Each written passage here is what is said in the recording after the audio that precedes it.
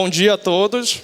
Agradecer primeiramente a organização do evento, de ter essa oportunidade de trazer alguns resultados, né, não só da aliança, né, da qual eu faço parte, e falar um pouco desse mercado que hoje, no país, ele tem aquecido muito, né, devido à oportunidade que pode surgir para os produtores rurais em monetizar isso de alguma forma. Então, começando, a gente tem que entender um pouco como é que funciona, por que se fala tanto, né, sobre esse mercado de carbono no mundo, né? Existem alguns gases que eles são responsáveis pelo efeito estufa, como se a Terra tivesse um grande cobertor, né, de gases que mantém a temperatura da Terra habitável no planeta. Né? Só que após a Revolução Industrial, esses gases eles aumentaram em quantidades muito grandes, né? E isso tem aquecido o planeta de forma que alguns cientistas, né, dentro do IPCC falam que se a gente chegar a 1,5 graus Celsius, isso pode começar a trazer transtornos para a sociedade como um todo. Então, aqui eu trouxe um pouco desses gases que são emitidos dentro do agro, né, principalmente por mudança de uso da terra, com desflorestamento, através do manejo de dejetos, né, em propriedades rurais que emitem metano. O metano ele é capaz de aprisionar cerca de 25 vezes mais uma molécula de CO2 em calor. Né? Então, isso tudo vai causando aquecimento do planeta. Tem também as emissões dos animais, da qual eu trabalhei na minha tese, né, sob a orientação do professor Paulo Carvalho, as emissões entéricas e o uso de fertilizantes também com emissões de óxido nitroso. Então, tudo isso, dentro da conta, né, faz com que o mundo ele crie uma lupa em relação ao agro. Tá? Principalmente porque dizem que o agro é responsável por cerca de 30% das emissões globais desses gases responsáveis pelo efeito estufa. Então, surge aí também uma oportunidade em mitigar, e mais importante ainda, que nenhum outro setor, nem o setor industrial, tem essa capacidade, que é de sequestrar esses gases. Né? Não só mitigar, mas também a gente incorporar isso no solo. Nenhum outro setor é responsável por fazer isso que não seja o agro. Tá, pode passar, por favor. Aqui, a questão das mudanças climáticas, né? A gente sabe que nos últimos 50 anos foram cerca de 11 mil eventos extremos climáticos. Os últimos 7 anos foram os 7 anos mais quentes do planeta. Se a gente pega a média histórica de 51 a 80, a gente já tem um aumento de temperatura de cerca de 1,09 graus Celsius. Tá? E previsões falam que daqui a 5 anos, se a gente manter esses níveis de emissões, a gente vai conseguir atingir esse 1,5 graus de aumento da superfície média da Terra. Alguns aqui podem falar, mas o clima está o mesmo, né? Mas existe uma variabilidade no planeta em que, em alguns lugares, essas temperaturas elas têm elevado de forma grandiosa. Tá? E como que isso vai afetar nas nossas produções, né? Esse aumento de temperatura, essa instabilidade climática, como que isso vai afetar na nossa colheita, né, dos nossos resultados? A gente tem o Brasil hoje como o carro-chefe, né, da produção de alimentos, tá? Dentro de um mundo de insegurança alimentar. Então, o Brasil hoje ele é o 3º maior produtor de alimentos do mundo, né? Se a gente colocar a União Europeia, né, dentro desse pacote, tá? Então, o Brasil está sempre disputando entre o 2º e o 3º maior produtor de alimentos do planeta. Tá? E como o professor Paulo falou anteriormente, existe esse olhar para o Brasil, né, de produzir alimentos de forma sustentável. Né? Como é que a gente vai conseguir sustentar, qual que é a nossa habilidade em sustentar esses sistemas, né? Que vem esse conceito de sustentabilidade. Pode assumir aí a passagem dos slides, porque acho que está com... Por favor. Próximo.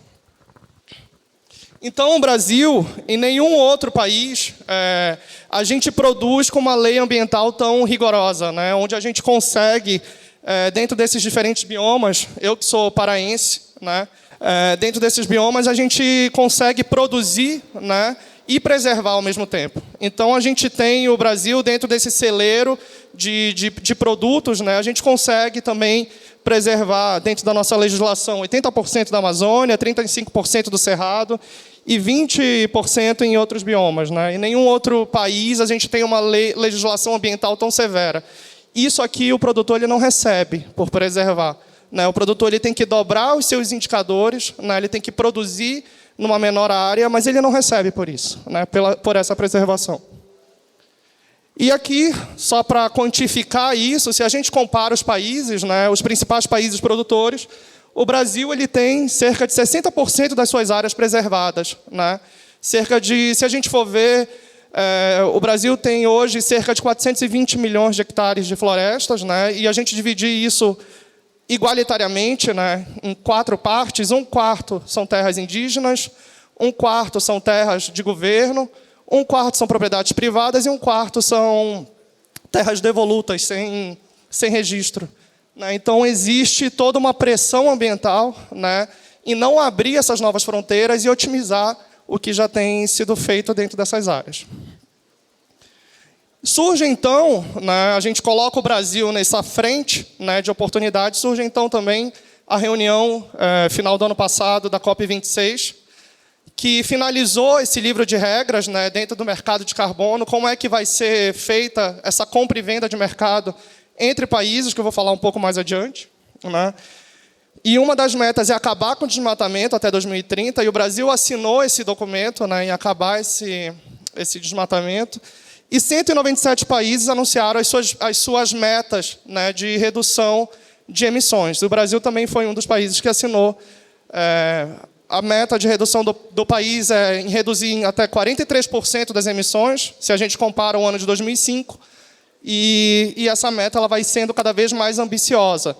Aí surge também a oportunidade de investir em tecnologias de baixa emissão de carbono.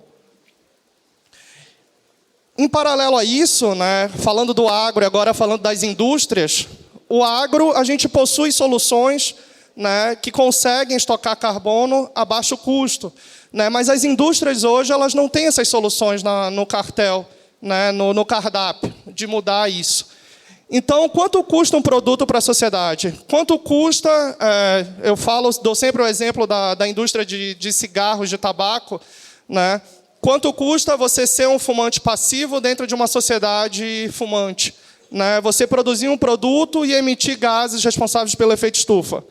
A indústria já está começando a se preocupar com isso, a indústria do agro já está começando a fomentar algumas políticas, né, de tecnologias de baixa emissão.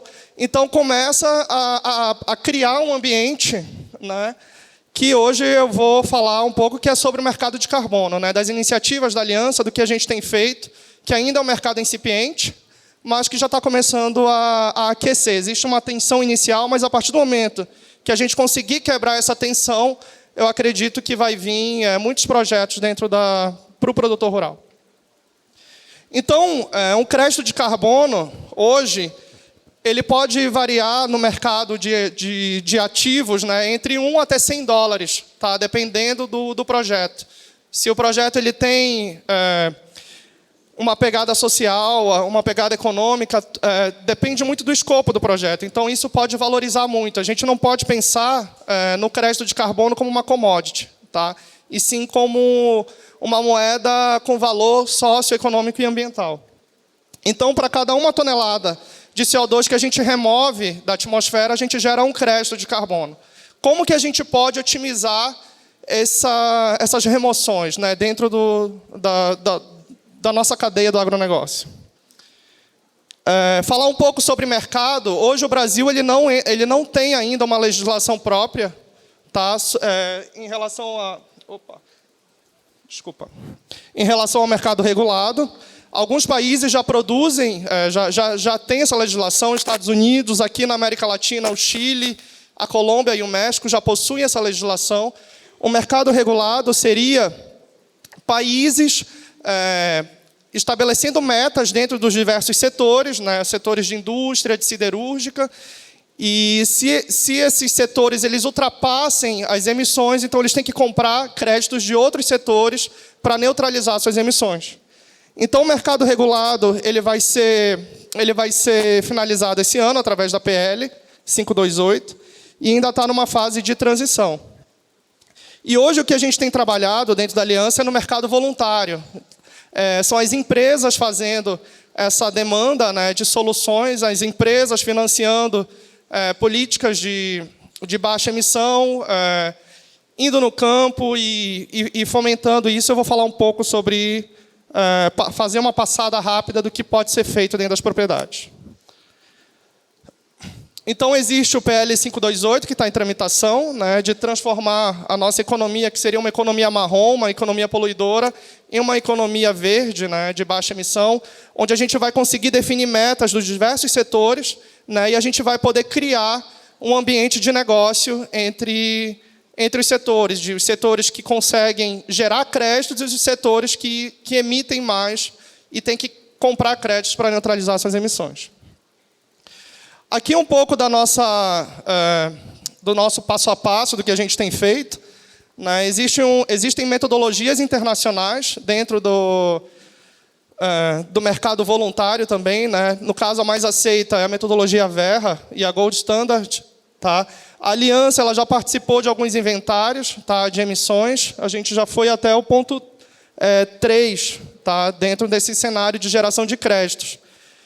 Existem algumas iniciativas, a gente faz análise de viabilidade técnico-científica, a gente reúne empresas, fala com as empresas, sensibiliza que a gente pode gerar créditos, né, para que sejam comercializados no futuro. A gente cria como se fosse um banco, um cofre de créditos para que eles sejam comercializados. Não basta a gente gerar o crédito, a gente tem que monitorar, reportar e verificar esse crédito. Então, esses projetos eles têm que comprovar uma adicionalidade. Sem o projeto, aquilo não mudaria o status da produção. Então, se a gente tem um projeto de manejo de pastagens, como que isso vai frear o desmatamento dentro daquela área? Então, esse projeto ele tem que comprovar uma mudança, uma transformação dentro daquele setor. Existe o conceito de desvio ou de fungibilidade, né, que esse crédito ele tem que valer para qualquer canto do país, ele vai ser comercializado, ele pode ser comercializado com a China, com empresas da China, então esse crédito ele tem uma validação e uma verificação internacional. A permanência, né, o crédito ele funciona também como se fosse uma cultura. Você pode programar colheitas de carbono, né, você pode planejar colheitas a cada 5, 10 anos e fazer esse planejamento também ao longo do tempo. E a verificação, que é o passo de verificação e monitorar esses créditos, né, que vem auditores externos para verificar se realmente a gente está conseguindo remover essas emissões incorporando no solo. Então, aqui é só um gráfico que mostra o custo marginal, né, que é a curva MAC.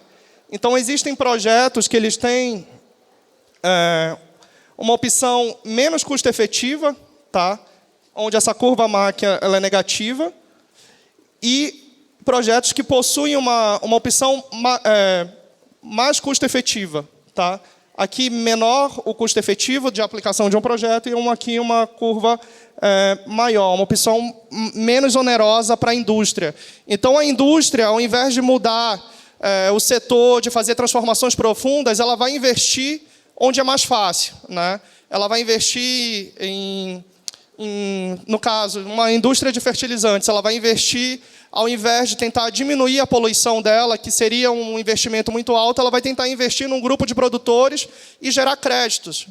Então, essa seria uma opção com maior custo efetivo. Tá? E aqui, em relação ao projeto, qual que seria, nessa linha aqui, qual que seria as emissões abatidas. Então, o projeto melhor, né, um projeto para ser implantado, ele tem que possuir essa opção de maior custo e também, na horizontal, esse maior abatimento de carbono. E a gente tem, eu tive a sorte de falar após o professor Paulo, a gente tem diversas soluções dentro da Aliança do que pode ser feito para atingir essa curva, que seria esse projeto 2 aqui, dentro do agro. Então, aqui algumas práticas mitigadoras, né, agriculturas de baixa emissão de carbono, Eu vou falar sobre algumas: recuperação de pastagens degradadas, sistemas de plantio direto, fixação biológica, tratamento de dejetos. Enfim, existem algumas soluções que a gente consegue, de imediato, mudar o sistema. Aqui, a utilização de pastagem melhorada com o uso, né, de leguminosas, a gente consegue, se a gente transforma uma pastagem degradada para uma pastagem melhorada, a gente consegue reduzir em até 3,67 toneladas de CO2 por hectare ano. Tá? Então, a gente consegue gerar créditos. Para cada tonelada que a gente retira, como eu falei, a gente consegue gerar um crédito de carbono. E aqui outras também, plantio direto na palha, que a gente consegue reduzir em até 1,28 toneladas de CO2 hectare ano. O uso de culturas de cobertura, né? Dependendo da cobertura, o resíduo que a gente deixa no solo, a gente consegue também aumentar essas incorporações de carbono no solo, e não só aumentar, e também mineralizar nesse solo, e melhorar questões de matéria orgânica, e melhorar a vida também e a biologia do solo. A utilização de sistemas integrados, que é o grande guarda-chuva da Aliança CIPA, né? Da gente integrar dentro da mesma área, diversificar a produção, não só produzir grãos, e produzir também proteína animal, né? Então, a gente consegue otimizar os ciclos biogeoquímicos, consegue diminuir a utilização de insumos e consegue otimizar também o sequestro, aqui no caso, de até... Essa seria a maior iniciativa, né? Seria até 6,23 toneladas de CO2 hectare ano. Isso aqui são dados do IPCC, tá? E é importante falar que a gente tem dentro da Aliança estudos feitos, não só no bioma Pampa, mas também na região do Cerrado, aqui levantado pelo professor Ed Carlos, né, que demonstram e comprovam esses sequestros dentro da cadeia do agro. Aqui falar um pouco do manejo de pastagens, né, do rotatino, que seria a gente otimizar no tempo qual que seria a melhor estrutura a fornecer para esses animais. Então, a gente aumenta os indicadores econômicos, né, da propriedade e consegue também diminuir a intensidade de emissão. O que seria a intensidade de emissão? Seria o quanto que a gente emite, né, o quanto que a gente emite em relação à unidade de produto produzida. Então, a gente consegue diluir essas emissões otimizando o ganho de peso desses animais dentro da pastagem, né? Então, quando a gente faz esse ajuste de estrutura, e para cada tipo de pasta a gente tem uma altura ótima, a gente consegue diminuir esse impacto ambiental e otimizar, né, a produção desses animais. Então, a gente quebra o grande paradigma do agro, né, que é aumentar, intensificar o sistema e, ao mesmo tempo, a gente fazer melhorias também ambientais. Então, aqui é um resultado de um trabalho de um colega nosso, do Angel, né, que demonstra que a gente consegue reduzir o impacto ambiental e melhorar também os indicadores produtivos desses animais quando eles estão comendo o ótimo da estrutura, que seria o conceito do rotatino. Falar um pouco de emissão dos animais, a gente fala também o porquê que existe uma lupa, né? Os animais eles estão sempre na vanguarda das emissões, que eles são, por eles se alimentarem de forragens, eles obrigatoriamente eles vão ter que emitir, faz parte do processo digestivo, né? Então, existem formas da gente reduzir essas emissões, e isso também vem sendo estudado dentro da Aliança nos últimos 10 anos. Então, esse conceito de intensidade de emissão que surgiu pela FAO, né, a gente consegue comparar diversos sistemas produtivos. Aqui um resultado do meu trabalho de doutorado, que no ótimo da performance dos animais foi onde a gente teve a menor emissão, né? Então, a gente tem uma altura ótima de manejo que a gente, ao mesmo tempo, consegue aumentar a produtividade e diminuir essas emissões desses animais. Por quê? Porque eles estão comendo um pasto de boa qualidade nutricional, né? Então, consegue mitigar esses problemas ambientais. A FAO fala que a média dos sistemas produtivos é entre 290 e 300 quilos de equivalente CO2 para cada quilo de proteína produzida. Tá? Aqui, nessa ajuste de manejo, a gente conseguiu reduzir isso em até 20 vezes. A gente conseguiu produzir entre 10 e 15 quilos de CO2 equivalentes para cada quilo de proteína produzida. Então, é só questões de ajuste, né? E isso, se a gente pensar isso dentro de um pacote de soluções, a gente consegue gerar créditos para o produtor nas diferentes, atingindo diferentes focos dentro de uma propriedade rural. E quais são, agora, sobram 5 minutos para falar das iniciativas, né, da Aliança Cívica, que a gente tem feito.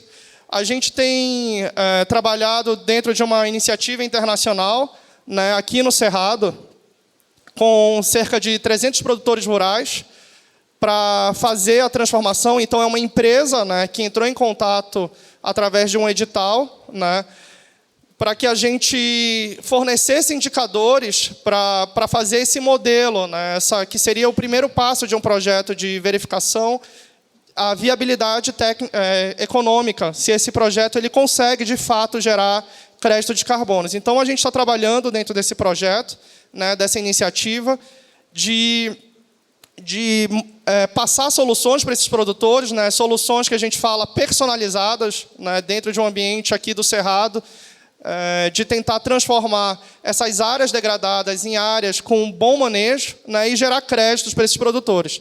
Então, hoje a gente não tem ainda nenhum projeto que já tenha comercializado esses créditos. Mas o que acontece? A partir do momento que essas empresas elas movimentam isso dentro do agro, esses produtores eles recebem assistência técnica, né? Eles recebem, além disso, dentro do contrato de compra e venda com essas empresas, eles vão receber no futuro também parte desse valor que vai ser comercializado. Então, só esse fato de você ter um apoio técnico, de ter essa mudança de visão, de ter essa construção, que não é só da empresa em relação aos produtores, isso é construído junto de um ambiente, né, de reuniões, enfim. Então, isso já movimenta. A gente tem outras iniciativas também dentro do Sebrae, que a gente está montando agora lá, de criar um ambiente no Rio Grande do Sul, de montar esse banco, né, de ações, do que a gente pode gerar de créditos, de movimentar e também falar com as empresas, né, do que é possível gerar e ser comercializado. E além disso, a gente tem outras iniciativas, né, de tentar montar linhas de base. A gente não tem ainda linhas de base que a gente possa comparar com e sem projeto e nos diversos sistemas. Então, a nossa ideia é montar também uma rede de apoio para esses projetos, né, que a gente consiga acelerar esse processo de verificação, de reportar e também de compra e venda de créditos e facilitar a vida do produtor nesse sentido. Agradecer a oportunidade mais uma vez, né, e a gente volta no debate. Obrigado.